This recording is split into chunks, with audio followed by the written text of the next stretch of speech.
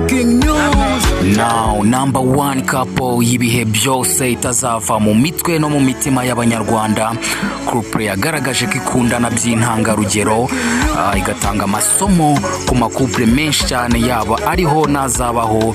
Ni couple y'uwo bita Prince Kid cyangwa se Ishimwe Dieudonné ndetse na Iradukunda Elisa. Ingi rero ni couple yaciye mu bihe bitari biyoroheye, ibihe byari bigoye, harimo no gufungwa, ariko nta numwe wateshutse, dore ko bose bagiye bagaragaza ko bakundana urutarurumamo, bakundana urukundo ruzahoraho kandi rutajegajega. Ishimwe Dieudonné ndetse na Iradukunda Elisa nibo bari bayoboye urutonde rw'amakouple yacu kuri uyu munsi. Stay in touch, amakuru yo arakisukiranya.